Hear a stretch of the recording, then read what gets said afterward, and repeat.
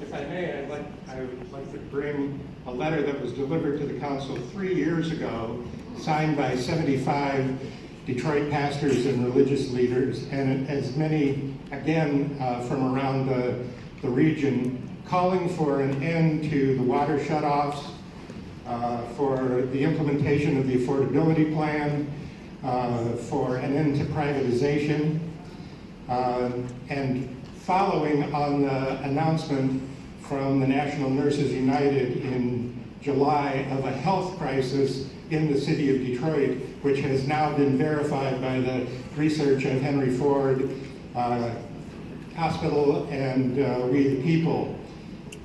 We also delivered that letter on July the 18th to Homerick Incorporated, and then enacted that prayerfully by blocking their gates for 7.5 hours, and by their own records, preventing that day 400 water shutoffs. We are, in fact, still on trial for that action. 2 of us have been through a full jury trial, at which point, when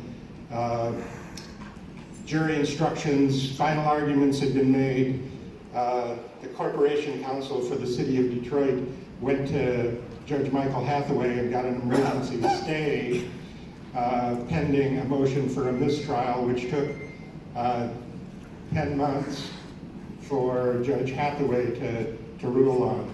I have more to say, but I'll stop. We're involved in a spiritual issue here, and that's why pastors are involved.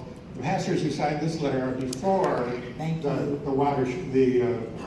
Thank you. I appreciate you. Thank you. Thank you. Debra Taylor, co-founder, We the People of Detroit. We've been operating a water rights hotline, water stations, and emergency water delivery since the crisis escalated at the heels of the bankruptcy and the emergency manager. I really don't even like being here having to say anything, because we shouldn't have to fight for something as basic as water. Water is life. There are other colleagues that are going to speak to some of the barriers with the RAP program who operate the water rights hotline. But what I can say is we can't dress up a pig and put perfume on him and tell him that he's clean. And I question the legitimacy of the Great Lakes Water Authority in the first place, and the way that it was. I think that needs to be looked into. The water department is worth over $75 billion and counting. And a $50 million lease with $17 million of our own money anyway. I don't think we should jump up and down and be happy about that. I'm going to recommend something. RAD used to be RAD, it's something else now.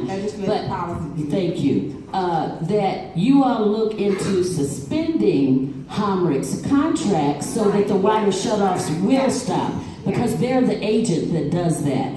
And there's no reason why we should be cutting water off when we can implement a water affordability plan. As per the union, as per Roger Colton, and the council passed this 2006-2007. Thank you. Let me just give you some FYI. Because we are not the last body that some contracts don't even come to our body, but the Financial Review Commission, don't comment after me, but the Financial Review Commission has the last say-so over what happens with those comments. So we can say we're going to suspend something, and it does not happen because the Financial Review Commission has the last say-so over what happens with contracts that are over a certain amount. And as I sit on that board, and I'm always probably a no vote on a lot of these situations, but that's one vote, and there are other members. I just have to say, that's why emergency management is the best mousetrap since slavery. Is unconstitutional, and it should be challenged.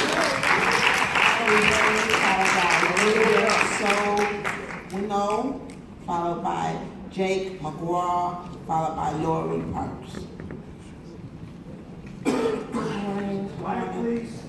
My name is Valerie Burris, the Haven Street Tigers Block Club.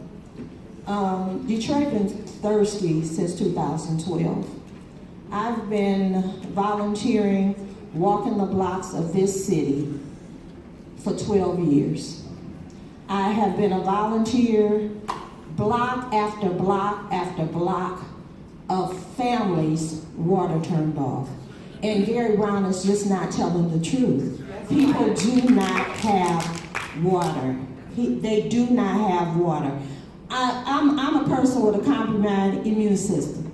And so every time I go out, I'm nervous. Because I'm going into a house where I know that women, families, children don't have water. But I still have to hug them. When I bring in that water, I still have to let them know that they are human, that their life matters. So, Brenda Jones, you just told us that the Financial Review Board has the last say. So if you all know that, why not speak up? Why not join the citizens and say, this is not right? This is not right for people not to have water.